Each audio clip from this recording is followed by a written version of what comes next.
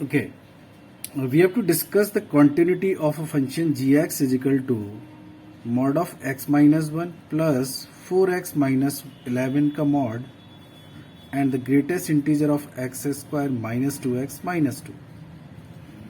इस फंक्शन की कॉन्टिन्यूटी को हमें डिस्कस करना है विद इन हाफ टू 5/2.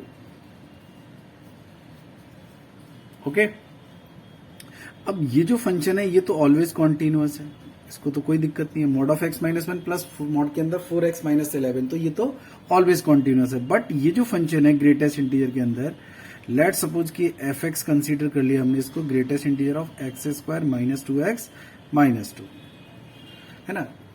अब ये जो फंक्शन था ये तो ऑलवेज कॉन्टिन्यूअस था, लेकिन इसका प्रोडक्ट हो रहा है एक ऐसे फंक्शन से that may be discontinuous, and discontinuous can be at the points where x square minus 2x minus 2 is integer. X square minus 2x minus 2 जिस पॉइंट पे इंटीजर होगा उस पॉइंट पे मुझे मतलब चेक करना पड़ेगा कि ये कॉन्टिन्यूअस है कि नहीं.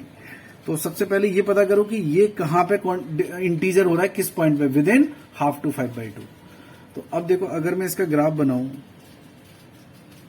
इस क्वाड्रेटिक का, तो ये ऐसे आएगा, है ना. और ये x इज इक्वल टू 1 पर इसका मिनिमम वैल्यू आएगा वर्टेक्स के कॉलम कोऑर्डिनेट, और इस पॉइंट पे वैल्यू कितनी आ रही है, -3.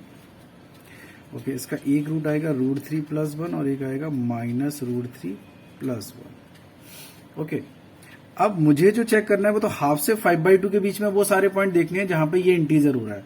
तो हाफ यहां पे होगा और 5/2 यहां पे होगा, है ना. तो हाफ से और ये 5/2, तो ये वाला जो ग्राफ बन रहा है ये, इसमें कितने इंटीजर आ चुके हैं ये देख लो, और किस पॉइंट पे इंटीजर आ रहे हैं. तो x square minus 2x minus 2 -3 कहां पे होगा, ये तो दिख ही रहा है कि ये तो x इज इक्वल टू 1 पे ही आ रहा है. अब x square minus 2x minus 2 और -2 चेक कर लेते हैं कि कहां पे आ रहा होगा. -3 से बाद में कौन सा इंटीजर आएगा, -2. तो ये आ रहा है x इज इक्वल टू 0 पे और 2 पे, बट 0 तो हम लेंगे ही नहीं क्योंकि हमें तो हाफ से और 5/2 के बीच में बात करनी है. तो केवल 2 एक्सेप्टेबल है. अरे यहां पे चेक करेंगे, यहां पे चेक करेंगे, और x square minus 2x minus 2 -1 और चेक कर लेते हैं कि कहां पे हो रहा है.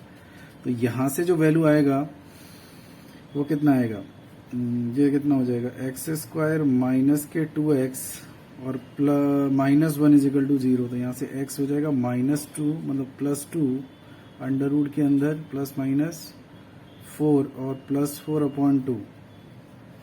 तो ये हो जाएगा 1 ± √2, है ना. तो यहां से जो वैल्यू एक्सेप्टेबल है वो √2 + 1 है, विद इन हाफ टू 5/2 के बीच की बात हो रही है इसलिए. तो केवल वो 3 पॉइंट आए, x is equal to 1, x is equal to 2 and x is equal to √2 + 1. इन 3 पॉइंट पर मुझे कंटिन्यूटी डिस्कस करनी चाहिए इस फंक्शन की, greatest integer of x square minus 2x minus 2 का. ओके, अब देखो, क्योंकि इन पॉइंट पर ये अंदर वाला इंटीजर हो रहा है ना. तो एक बार मैं फिर से ग्राफ को दिखाऊं ऐसे, है ना.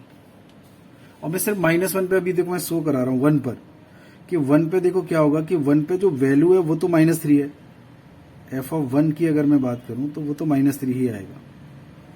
लेकिन अगर मैं 1 की तरफ अप्रोच करूं ऐसे राइट से, है ना, और ये कितना है -3, तो 1 की तरफ अगर मैं अप्रोच कर रहा हूं तो मेरा वैल्यू ऐसे आ रहा है, ऐसे मतलब -3 की तरफ आ रहा है, लेकिन -2 पॉइंट समथिंग से आ रहा है. तो -2 पॉइंट समथिंग से उसका ग्रेटेस्ट इंटीजर, तो वो तो -3 ही आएगा.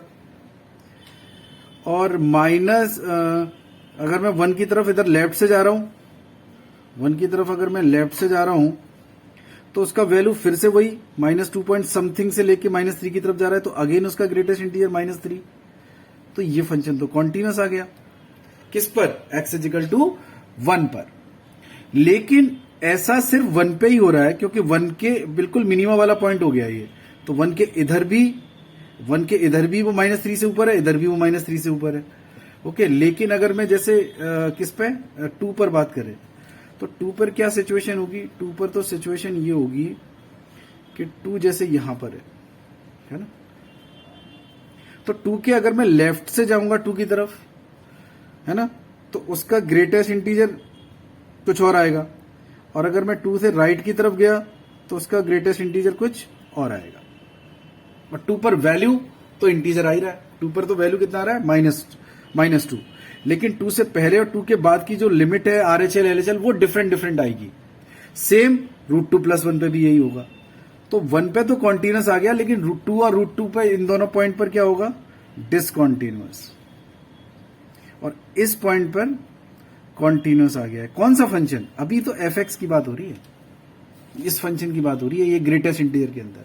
तो ये फंक्शन तो 1 पे तो कॉन्टिन्यूअस आ गया, लेकिन 2 और √2+1 पे डिसकॉन्टिन्यूअस आ गया। अब ओवरऑल डिस्कशन करेंगे कि x = 1 पर तो ये कॉन्टिन्यूअस ही आया, और ये तो पहले से ही ऑलवेज कॉन्टिन्यूअस है, तो कॉन्टिन्यूअस ही रहा। लेकिन 2 पर, x = 2 पर ये डिसकॉन्टिन्यूअस है और ये कॉन्टिन्यूअस है, लेकिन 2 पर कॉन्टिन्यूअस वाला फंक्शन का वैल्यू 0 नहीं है, तो वो प्रोडक्ट को कॉन्टिन्यूअस नहीं बना पाएगा। इट मींस x = 2 पे ओवरऑल जो फंक्शन है gx वो डिसकॉन्टिन्यूअस ही रहेगा।